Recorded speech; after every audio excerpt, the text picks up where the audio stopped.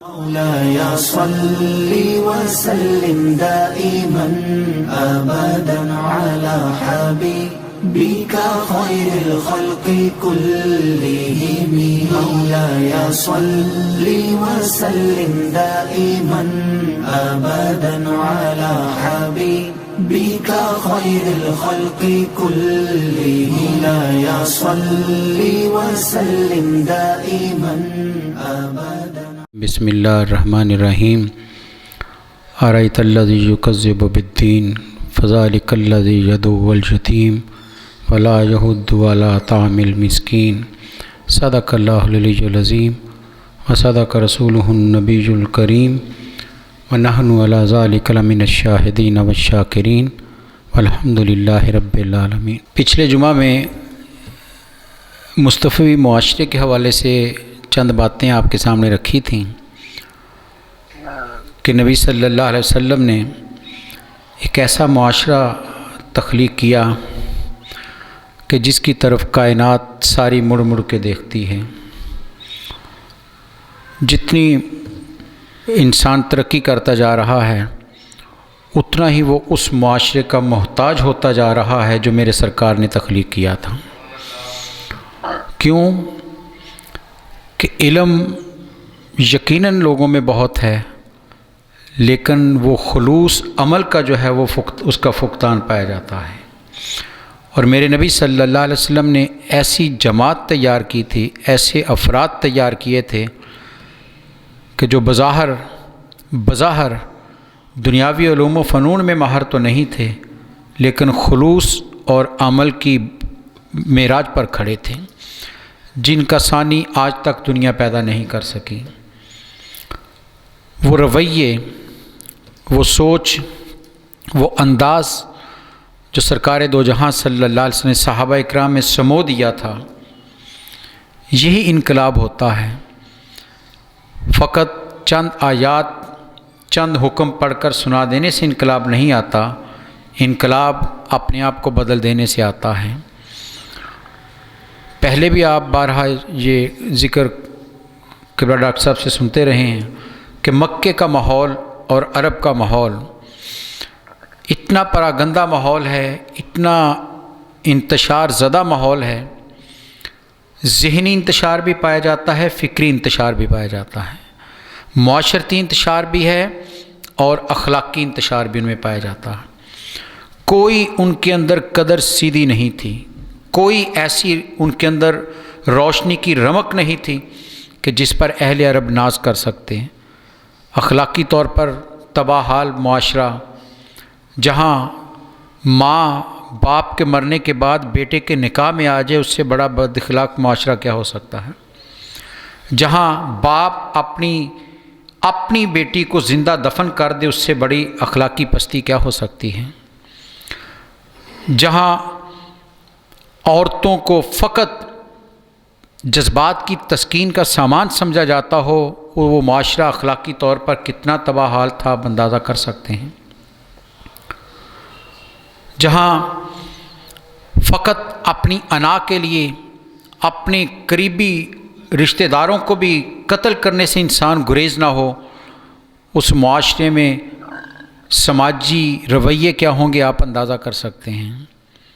جہاں غریب مسکین پسا ہوا مزید پستا چلا جائے اور امیر غریب کی غربت پر تمسخر اڑائے اور مزے لے، اس سے بڑا تباہ حال معاشرہ کیا ہو سکتا ہے.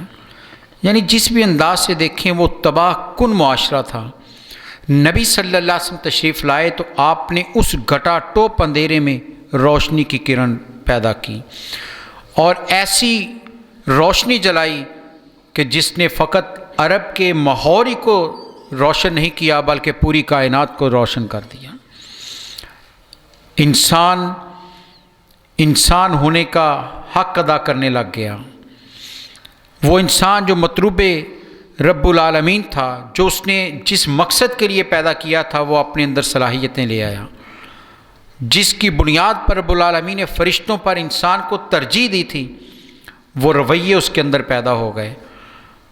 تو وہ 2-4 دن میں نہیں، نبی صلی اللہ علیہ وسلم لگاتار عبادت کا ذوق بھی ان کے اندر پیدا کیا، خدا کی قربت کا ذوق بھی ان کے اندر پیدا کیا۔ ان کی راتیں خدا کے حضور گزرتی تھیں، ان کے ماتھے سجدوں سے روشن تھے۔ قرآن ذکر کرتا ہے سورہ فتح میں کہ ان کے سجدوں کے نشان ان کے چہروں پر موجود تھے۔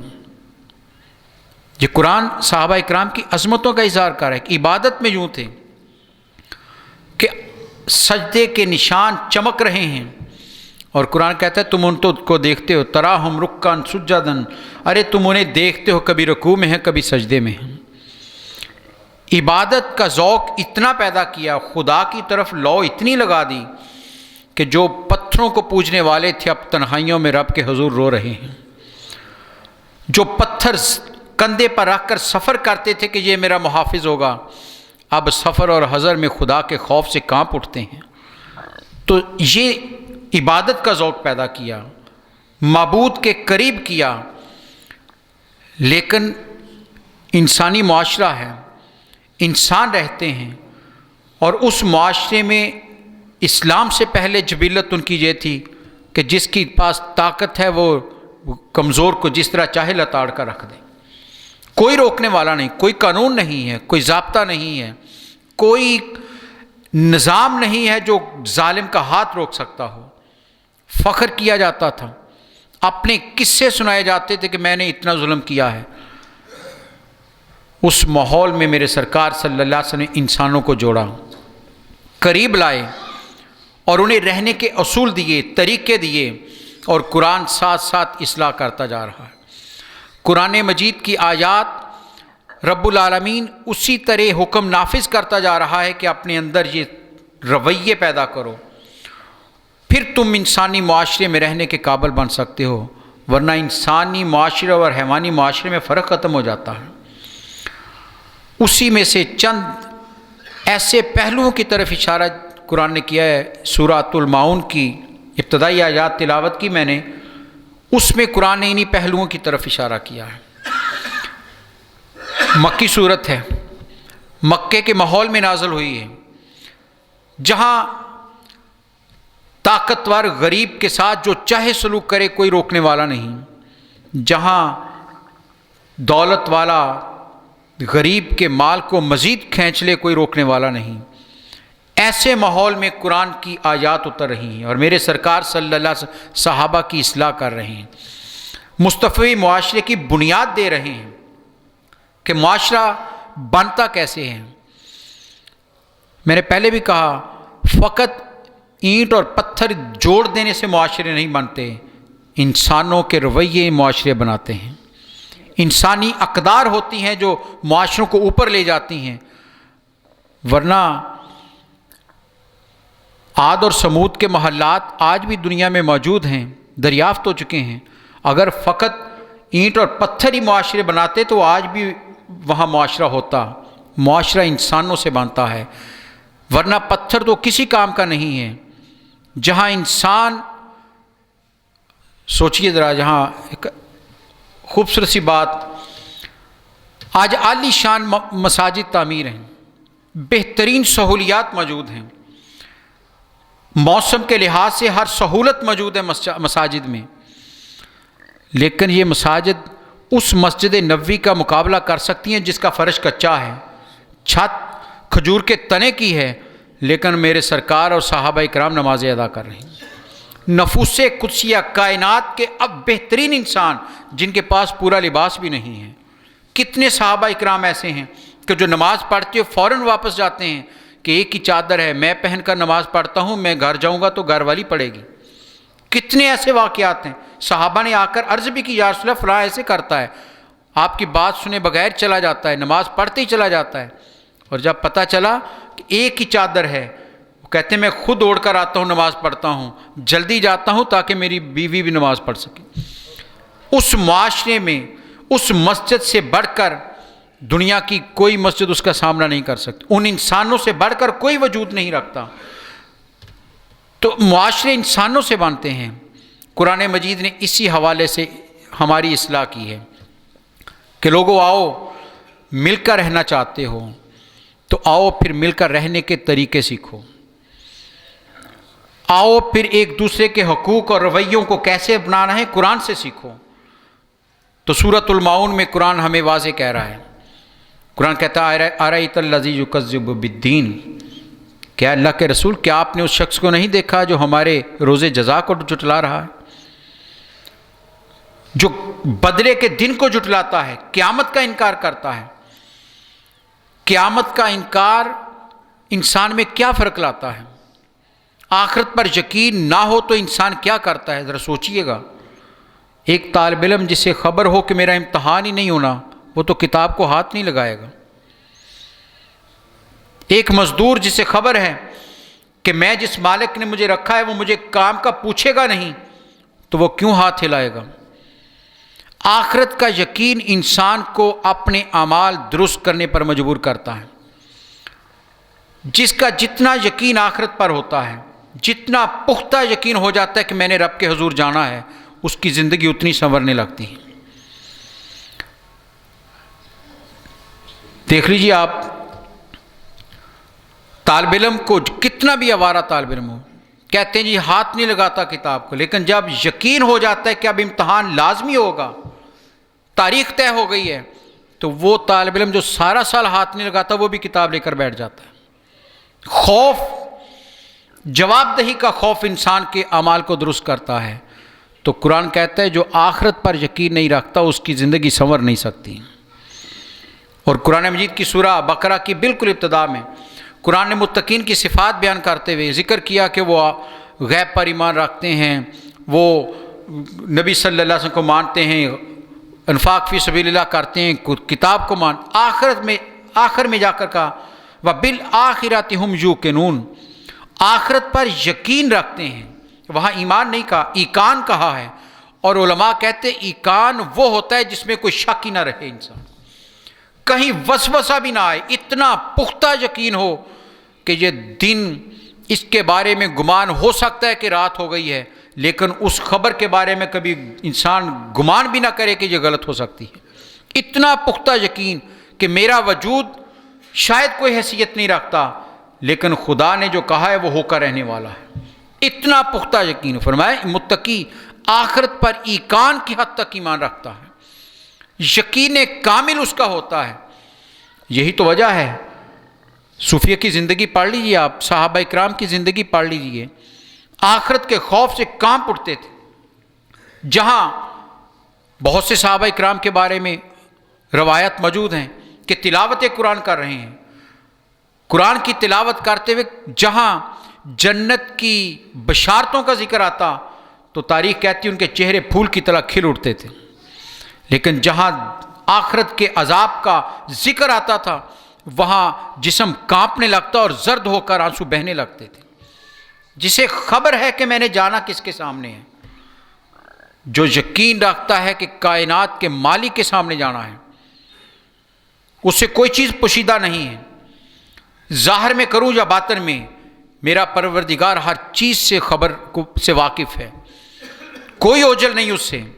اس لیے تو قرآن کہتا ہے نحن اقرب الیہ من حبل الورید، ارے تم کیا حیثیت رکھتے ہو، ہم تو تمہاری جان سے بھی زیادہ تمہارے قریب، شاہراگ سے بھی تمہارے قریب تر ہمارا وجود ہے۔ ارے تم دل میں جو خیال لاتے ہو ہم اس کو بھی جانتے ہیں، یہ تو ہماری رحمت ہے کہ ہم دل میں اٹھنے والے خیالات پر پکڑ نہیں کرتے۔ نبی صلی اللہ علیہ وسلم فرمایا کہ میری رحمت عالمینی کا صدقہ یہ ہے کہ رب نے میری امت پر سے وہ گناہ یا وہ خیالات جو ابھی دل میں ہوتے ہیں خدا اس پر پکڑتا نہیں جب تک کہ وہ عمل کی صورت میں ڈل کر سامنے نہیں آ جاتے۔ تو یہ تو اس کی رحمتیں تمام ہے جو وہ کر رہا ہے، لیکن وہ جانتا ہے کہ یہ کیا سوچتا ہے، کیا دیکھتا ہے، کس طرف کون کون سے خیالات اس کے دل میں ابھر رہے ہیں۔ تو فرمایا آخرت پر یقین، اس لیے تو قرآن کہتا ہے آخرت کیا ہوگی، فَمَن يَعْمَلْ مِثْقَالَ ذَرَّةٍ خَيْرًا يَرَهُ وَمَن يَعْمَلْ مِثْقَالَ ذَرَّةٍ شَرًّا يَرَهُ۔ قرآن نے واضح کہہ دیا ایک رائی کے دانے کے برابر، اور مفسرین کہتے ہیں یہ رائی کے دانہ ہمیں سمجھانے کے لیے کہا ہے کہ چھوٹے سے چھوٹا وجود ہے، ورنہ خدا تو اس سے بھی چھوٹی چیز سے واقف ہے۔ فرمایا کم تر سے کم تر جو تم نے نیک عمل کیا ہے، چھوٹے سے چھوٹا، ہم قیامت میں تمہارے سامنے رکھ دیں گے، یہ تھا تمہارا عمل، ہم نے سنبھال کر رکھا ہوا ہے، اور جو چھوٹے سے چھوٹا گناہ بھی تم نے کیا ہوگا قرآن کہتا ہے تم دیکھ لو گے اپنی آنکھوں سے، کیوں کہ وہ رب العالمین سے پوشیدہ نہیں ہے۔ اس لیے قرآن کہتا ہے ارأیت الذی یکذب بالدین، ارے وہ اس شخص کو نہیں دیکھا جو آخرت کو جھٹلا رہا ہے، کہتا کیا ہوگا مر گیا تو کچھ نہیں ہے، لیکن فرمایا نہیں، ارے مرنے کے بعد ہم تمہیں اسی طرح زندہ کریں گے جس طرح تمہیں اب دنیا میں بھیجا ہے۔ اور کیوں کھڑا کریں گے وہاں پر کہ ہم نے تمہیں زندگی دی تھی، ہم نے تمہیں اختیارات دیے تھے، ہم نے تمہیں صلاحیتیں دی تھیں، حواس ہم نے دیے تھے، چلنے کی قوت ہماری تھی، دیکھنے کی طاقت ہماری تھی۔ ارے اگر آنکھ دیکھتی تو نابینا کوئی نہ ہوتا، اگر کان سنتے تو کان کوئی بہرا کوئی نہ ہوتا، اگر پاؤں سے چلتا انسان تو کوئی بستر پر لیٹا نہ ہوتا، فالج زدہ اٹھ کر چل پڑتا۔ ارے جسم پورا رکھتے ہو، دیکھ نہیں سکتی، آنکھ لگی ہوئی ہے، کان لگے ہوئے ہیں، زبان رکھتے ہو اور لفظ نہیں نکال سکتے، تمہاری ان چیزوں سے نہیں، ہمارا حکم ہو تو بولتی۔ ارے ہم تو پتھر کو حکم دے تو وہ بولنے لگتا ہے، ہم چاند کو حکم دے تو وہ میرے نبی کے اشارے کو سمجھتا ہے جس طرح ایک ذی شعور سمجھتا ہے۔ تو فرمایا یہ چیزوں میں نہیں، یہ ہم، حکم ہمارا ہے، ہم نے تمہیں عارضی طور پر دی تھی کہ جاؤ اس دنیا میں میری طاقتیں لے کر جاؤ، میری طرف سے یہ انعام لے کر جاؤ اور میری مرضی کے مطابق زندگی گزار کر آؤ۔ یہی تو حساب لینا ہے پروردگار، جس چیز پر انسان کا اختیار نہیں، رب نے سوال نہیں کرنا، کہاں پیدا ہوئے نہیں پوچھے گا، رنگ کیا تھا نہیں پوچھے گا، شکل کیا تھی نہیں پوچھے گا، قد کیا تھا نہیں پوچھے گا، ہاں یہ پوچھے گا اتنی عمر گزاری ہے تو بتاؤ میرے راستے پر گزار کر آئے ہو یا نافرمانی میں گزار کر آئے، اختیار جو دیا ہے اس پر سوال کرے گا۔ تو کہتے ہیں، قرآن کہتا ہے کہ روز جزا پر جتنا کامل یقین ہوگا اتنی زندگی سنور جائے گی۔ اس لیے امام حسین رضی اللہ تعالیٰ عنہ آپ کا قول ہے، فرمایا مومن وہ نہیں جس کی محفل پاک ہوتی ہے، مومن وہ ہے جس کی تنہائی بھی پاک ہوتی ہے۔ تنہائی پاک تب ہوتی ہے جب خدا کی ذات پر یقین کامل ہو جاتا ہے کہ اس کے سامنے میں نے حساب کے لیے پیش ہونا ہے۔ پھر انسان اکیلا بھی جرم نہیں کرتا، گناہ نہیں کرتا۔ بادشاہ نے کنیز کو پکڑا برے ارادے سے اور کہا دروازے بند کر دو، اس نے اٹھی، مجبور تھی، بند کر دیے، کہا سارے بند کر رہی ہو، اس نے کہا سارے کر دیے ایک بند نہیں ہوتا۔ کہا کون سا میرے محل کے اس کمرے میں ایسا دروازہ جو بند نہیں ہوتا؟ اس نے کہا وہ جو خدا کی طرف کھلتا ہے۔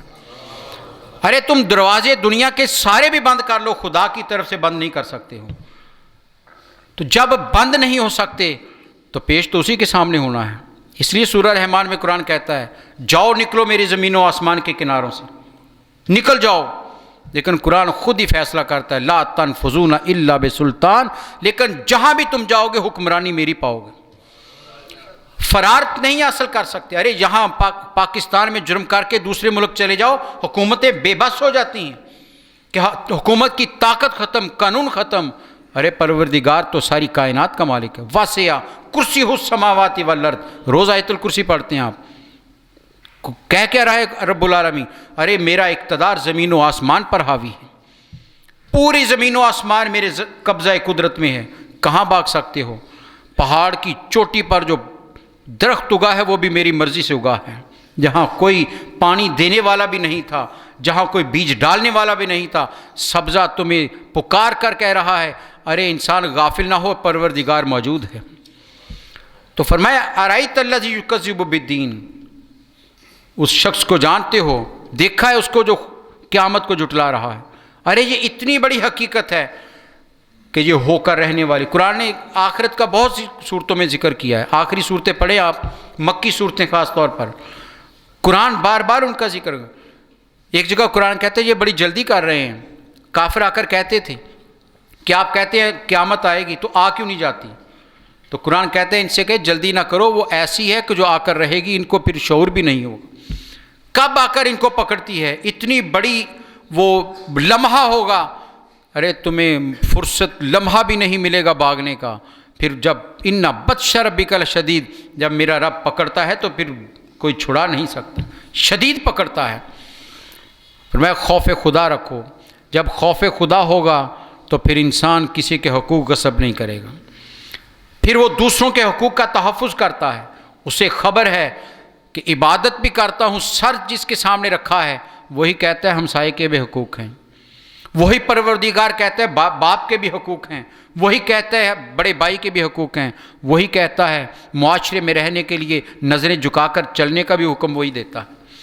تو پھر انسان اس کے سامنے جانے سے پہلے اپنی اصلاح کرنے لگتا ہے۔ تو آخرت پر یقین۔ دوسری بات قرآن کہتا ہے فَذَلِكَ الَّذِي يَدُعُّ الْيَتِيمَ، کہ وہ ایسا جو یتیم کو دھکے دیتا ہے، یتیم آ جائے تو دھکے دے کر دور کرتا ہے۔ مختلف مفسرین نے روایات بیان کی ہیں، عاص بن وائل کے بارے میں بھی کہا ہے، ابو جہل کے بارے میں بھی کہا ہے کہ اس کے ساتھ منسوب یہ واقعہ ہے تو یہ آیت نازل ہوئی، لیکن اکثر مفسرین کہتے ہیں یہ آج سب کے لیے حکم ہے۔ یتیم کو، اور عرب کے معاشرے میں جہاں ذرا سا کمزور ہو جائے اس کا کوئی حقوق نہیں تھے، وہاں یتیم کے کون حقوق کا تحفظ کرتا؟ کون جس کا باپ سر پر نہ ہو؟ عرب میں تو باپ اپنے بیٹوں پر ناز کرتے تھے کہ میرے اتنے بیٹے ہیں، گھمنڈ کرتے تھے، اور جس کا باپ ہی سر پر نہ ہو، چھوٹا پالنے والا اس کا سر پر نہ ہو جس چھوٹے بچے کے، اس کو کون ہے منہ لگاتا تھا؟ یہی تو وجہ ہے کہ نبی صلی اللہ علیہ وسلم بھی چھوٹے ہیں، دائیاں آئی تھیں مکے میں کہ بچہ لے کر جانا ہے دودھ پلانے کے لیے، ساری واپس چلی گئیں۔ کیوں چلی گئی تھیں؟ کہ اس کا باپ نہیں ہے۔ سرکار دو جہاں صلی اللہ علیہ وسلم کے بارے میں جس کو خبر ملتی کہ اس کا باپ نہیں، ساری باہر سے واپس چلی جاتی۔ حضرت حلیمہ ہی گئی تھی کہ میں لیتی ہوں۔ یہیں سے سوچ لیجئے کہ جو یتیم کے ساتھ حسن سلوک کرتا ہے رب نوازتا کیسا ہے۔ کتنا نوازا میرے سرکار نے حضرت حلیمہ کو۔ مسجد نبوی کے صحن میں میرے سرکار جلوہ گر ہیں، صحابہ اکرام کا جرمٹ ہے، گفتگو ہو رہی ہے، اچانک میرے سرکار کی نظر اٹھتی ہے رحمت کی دروازے کی طرف۔ صحابہ کہتے ہیں ایک بوڑھی سی عورت مائی دروازے سے اندر آ رہی تھی، سرکار دو جہاں کی نظر گئی، سب کو چھوڑا۔ صحابہ کہتے ہیں ہم حیران رہ گئے، کبھی میرے سرکار اتنا تیز نہیں چلے تھے، بھاگنے کے انداز میں ننگے پاؤں گئے اور جا کر اس عورت کو اپنے سینے سے لگا لیے۔ صحابہ حیران ہیں کہ آج کیا ہوا، یہ کون ہے؟ تو صحابہ کے پاس لے کر آئے۔ روایت ہے کہ اپنی کالی کملی چادر اتاری، زمین پر بچھائی اور ان سے کہا یہاں تشریف رکھیے، اور صحابہ سے کہا صحابہ جانتے ہو یہ کون ہے؟ یہ میری اماں حلیمہ آئی ہیں۔ یہ تھا وہ کیا کیا تھا حضرت علی، ایک یتیم بچے کو سینے سے لگایا تھا۔ دنیا داری کے حساب سے دیکھا جائے ساری عورتیں چھوڑ گئی تھیں، ارے حضرت حلیمہ نے خیال نہیں کیا، یتیم تھا، پرورش کی ہے، رب نے نوازا کتنا ہے کہ کائنات کی ساری عورتیں ان پر ناز کر رہی ہیں کہ اے حلیمہ تیری کتنی قسمت تھی، ایک چھوٹے سے گروندے میں اس کائنات کا سب سے بڑا وجود تیرے گھر میں آ گیا تھا۔ تو یوں نوازا ہے سرکار نے۔ تو قرآن کہتا ہے یتیم کو دھکے دینے والا برداشت نہیں ہے۔ عرب میں تو یہ سلوک کیا جاتا تھا کہ باپ نہیں ہے تو اس کو دھتکار دو، یتیم ہے اس کو ٹھکرا دو، لیکن قرآن مجید کہتا نہیں۔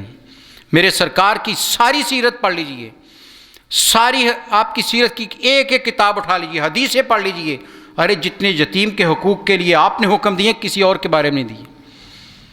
فرمایا سنو، ام المومنین عائشہ صدیقہ سے بھی روایت ہے، حضرت انس سے بھی روایت ہے، نبی صلی اللہ علیہ وسلم نے فرمایا جو یتیم کے سر پر محبت سے شفقت سے سر پر ہاتھ رکھتا ہے، فرمایا جتنے بال اس کے ہاتھ کے نیچے آتے ہیں رب اتنی اس کو نیکیاں عطا کرتا ہے۔ آج تک سائنس کسی انسان کے سر کے بال گن نہیں سکی ہے، ایک انسان کے سر کے بال سائنس نہیں گن سکی۔ میرے سرکار نے کہا ان گنت نیکیاں ملیں گی۔ کیوں؟ ارے تم نے اس کے سر پر ہاتھ رکھا ہے جس کی سربراہی میں میرے سرکار کھڑے ہیں، جس صف کے سر خیل کے طور پر در یتیم میرے نبی صلی اللہ علیہ وسلم کھڑے ہیں۔ ارے یتیموں کے ساتھ سلوک کرو۔ اور قرآن کہتا ہے کہ وہ لوگ جو یتیموں کا مال کھاتے ہیں، یتیم سمجھ کر مال کو ہڑپ کر جاتے ہیں، قرآن کہتا ہے وہ اپنے پیٹوں میں آگ بر رہے ہیں۔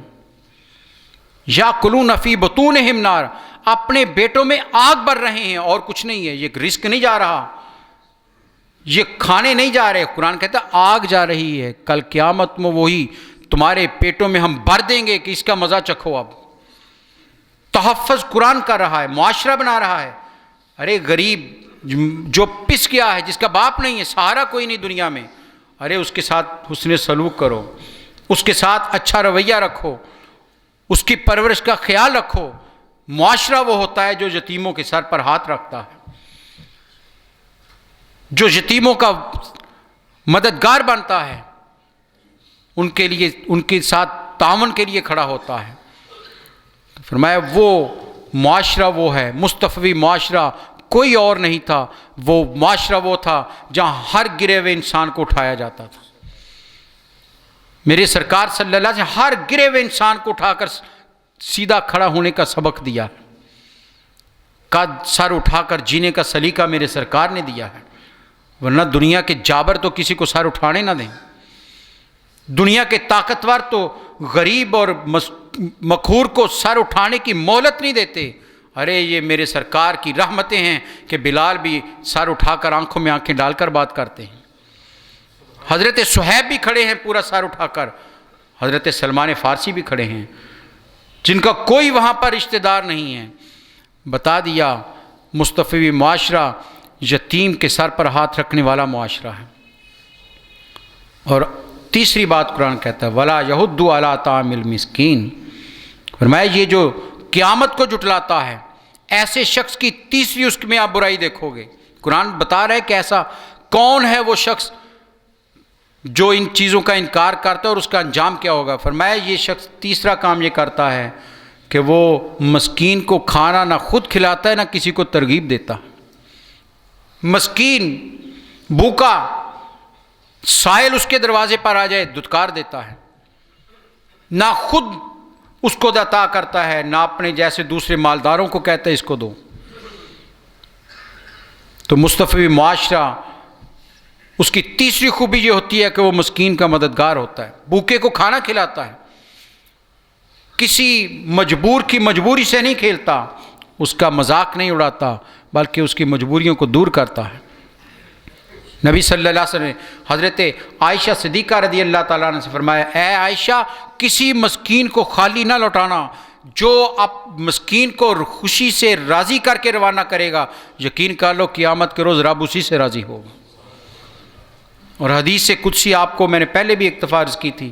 نبی صلی اللہ علیہ وسلم فرماتے ہیں قیامت کے بندہ رب کے حضور پیش ہوگا حساب کے لیے، بڑی عبادات لے کر، بڑی نمازیں لے کر. رب اس سے کہے گا اے بندے میں تیرے دروازے پر بھوکا تھا آیا تھا، تو نے مجھے کھانا نہیں دیا. وہ کہے گا یا اللہ تو رازق ہے، ساری کائنات کو تو کھلاتا ہے، تو کب آیا؟ فرمایا میرا ایک بھوکا بندہ تیرے دروازے پر آیا تھا، اگر تو اسے کھانا کھلاتا تو یوں سمجھ جیسے تو نے مجھے کھلایا. اور پھر آپ نے فرمایا کہ اللہ کہے گا اے میرے بندے میں پیاسا تیرے دروازے پر آیا تھا، تو نے مجھے پانی نہیں پلایا. وہ کہے گا یا اللہ ساری کائنات کو پانی تو عطا کرتا ہے، تو اتارتا ہے پانی، تو کب آیا؟ تو رب کہے گا ایک پیاسا تیرے دروازے پر آیا تھا، پانی مانگا تھا اس نے تجھ سے، ارے اگر اسے تو پانی کا گھونٹ دیتا تو یوں سمجھ جیسے تو نے مجھے دیا. یہ کیا ہے حدیث؟ سوچئے تو صحیح، یہ کیا فرما رہے ہیں میرے سرکار؟ یہ معاشرہ بنا رہے ہیں، یہ رویے بدل رہے ہیں، یہ سوچ بدلی جا رہی ہے کہ اپنی ذات کی حد تک بند نہ رہو، اپنے گرد پہرے نہ بٹھاؤ. ارے اس اپنی انا کی اس قید کو توڑو اور معاشرے میں مجبور لوگوں کی مدد کے لیے نکل کھڑے ہو. حضرت عمر فاروق رضی اللہ عنہ کا واقعہ اچانک یاد آیا.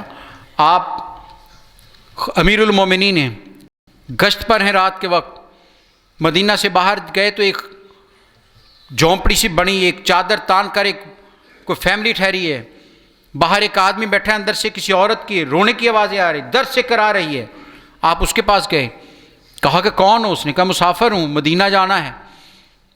ابھی کہا یہ کون ہے تکلیف سے کرا رہا؟ اس نے کہا میری بیوی ہے جس کے ہاں بچے کی ولادت قریب ہے، کوئی اس کے ساتھ نہیں ہے، وہ درد سے کرا رہی ہے، رات ہو گئی میں نے یہیں پر پڑاؤ ڈال لیا.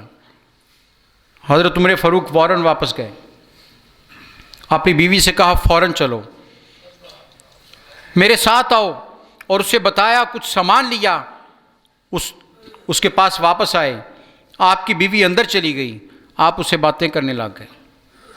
روایت کہتی ہے کہ وہ اندر سے کوئی چیز مانگی تو وہ جو مسافر تھا باہر بیٹھا، اس نے کہا میرے پاس تو نہیں، اے آدمی تو لا دے۔ حضرت عمر کو حکم دے رہا ہے وہ شخص، اسے خبر نہیں یہ امیر المومنین ہے، وہ صحرا سے آیا ہے۔ حضرت عمر بھاگے جاتے ہیں، روایت کہتی ہے بھاگے جاتے ہیں گھر کی طرف، چیز لے کر آتے ہیں، پھر کوئی اور حکم ملتا ہے یہ لاؤ، وہ حضرت عمر سے کہتا ہے جاؤ یہ لے کر آؤ، اور حضرت عمر بھاگے جا رہے ہیں، پھر لے کر آتے ہیں۔ 3-4 مرتبہ یہ ہوا، پھر اندر سے ایک بچے کی آواز آئی، اور حضرت عمر فاروق کی زوجہ محترمہ اندر سے پکاری، امیر المومنین مبارک دے اس کے باپ کو کہ بیٹا ہوا ہے۔ جب اس نے یہ سنا کہ امیر المومنین، کانپ اٹھا، رونے لگ گیا، ہاتھ باندھ کر کھڑا ہو گیا۔ حضرت عمر کا نام ہے، کیسر بھی ڈرتا ہے، کسرا بھی ڈرتا ہے۔ حضور غلطی ہو گئی، میں تو آپ کو کام پر دوڑا رہا تھا۔ فرمایا نہیں، ارے تمہیں خبر نہیں، یہ میرے نبی کا شہر ہے، یہاں کسی کو کی آنکھوں میں آنسو دیکھے نہیں جاتے، یہ شہر نبی ہے، میرے نبی کا حکم ہے کہ کسی کی آنکھ میں آنسو دیکھو تو اس کے لیے باغ نکلو۔ یہ تھا مصطفی معاشرہ۔ آج ہم اس معاشرے کو ترس رہے ہیں، ہر شخص ترس رہا ہے۔ آئیے قدم بڑھائیں اس معاشرے کی طرف، اپنی اپنی سطح پر، اپنے اپنے مقام پر، اپنی اپنی استطاعت اور طاقت کے مطابق اپنے آقا کریم صلی اللہ علیہ وسلم کی ان سنتوں کو زندہ کریں۔ یہ بھی سنتیں ہیں، لباس پہن لینا بھی سنت ہے، لیکن غریب کا ہاتھ تھام لینا اس سے بڑی سنت ہے، اس سے بڑی سنت ہے۔ آخری روایت سنا کے بات کو ختم کرتا ہوں۔ حضرت ابن عباس، عبداللہ بن عباس رضی اللہ عنہ، حضرت رسول اکرم صلی اللہ علیہ وسلم کے چچا کے بیٹے، اعتکاف پر مسجد میں بیٹھے، مسجد نبوی میں اعتکاف ہو رہا ہے رمضان کا۔ ایک آدمی ان کے پاس آیا اور کہہ لگا حضرت آپ سے ایک بہت ضروری کام ہے، اے امّ رسول کے بیٹے آپ سے کام ہے۔ کہا کیا؟ کہا جی مجھ پر قرض ہے، فلاں شخص کا دینا تھا، وعدہ تھا، مدت پوری ہو گئی، وہ لینے کا مطالبہ کر رہا ہے، میرے پاس ابھی وسائل نہیں ہیں، میں نے بڑی کوشش کی، وہ نہیں مان رہا، مہلت نہیں دے رہا، لیکن مجھے اتنا یقین ہے کہ آپ ایک مرتبہ کہہ دیں گے تو وہ مان جائے گا۔ اٹھائیے تاریخ، عبادات پر ناز کرنے والوں آئیے معاشرہ بنانے والوں کی باتیں بھی سنتے ہیں۔ حضرت ابن عباس جنہیں میرے نبی صلی اللہ علیہ وسلم فرمایا سید المفسرین ہے، دعا کی تھی اے اللہ اس کو دین کا علم دے دے، فقہ کا علم دے دے، جن کے لیے خاص دعا کی تھی۔ روایت کہتی ہے آپ نے اپنی چادر اٹھائی، بستر اکٹھا کیا، کندھے پر رکھی اور چل نکلے۔ باقی لوگ جو بیٹھے ہوئے تھے انہوں نے فوراً کہا اے نبی کے چچا کے بیٹے اعتکاف میں ہو، ٹوٹ جائے گا، کیا کر رہے ہو؟ کہا سنو، روایت کہتی ہے کہ نبی صلی اللہ علیہ وسلم کے روضہ اطہر کی طرف اشارہ کیا، فرمایا میں نے صاحب مزار سے خود سنا ہے کہ کسی غریب کے کام آنا اعتکاف 100 اعتکافوں سے بڑھ کر اس کا اجر ملتا ہے۔ ارے اعتکاف کا کفارہ ادا کیا جا سکتا ہے، لیکن کسی غریب کے ٹوٹے ہوئے دل کا کفارہ ادا نہیں کیا جا سکتا۔ یہ تھا مصطفی معاشرہ۔ آئیے مصطفی معاشرے کی طرف قدم بڑھائیں، سب مل کر، جہاں بھی ہیں اپنے نبی کے نام کے ترانے گاتے ہیں تو ان کے ان اداؤں کی بھی اپنائیں، تاکہ ہماری زندگیاں بھی آسان ہوں، لوگ بھی خوشی سے رہیں، ایک دوسرے کو مسکراہٹیں دیں، ایک دوسرے کے لیے راحت کا سامان بنیں۔ اللہ تعالیٰ مجھے اور آپ کو سرکار دو جہاں صلی اللہ علیہ وسلم کی ان تعلیمات کو اپنانے کی توفیق عطا فرمائے، ایک دوسرے کا لحاظ اور ادب اور کام آنے کی توفیق عطا فرمائے۔ وآخر دعوانا ان الحمدللہ رب العالمین۔ مولاي صل وسلم دائما أبدا على حبيبك خير الخلق كلهم مولاي صل وسلم دائما أبدا على حبيبك خير الخلق كلهم مولاي صل وسلم دائما أبدا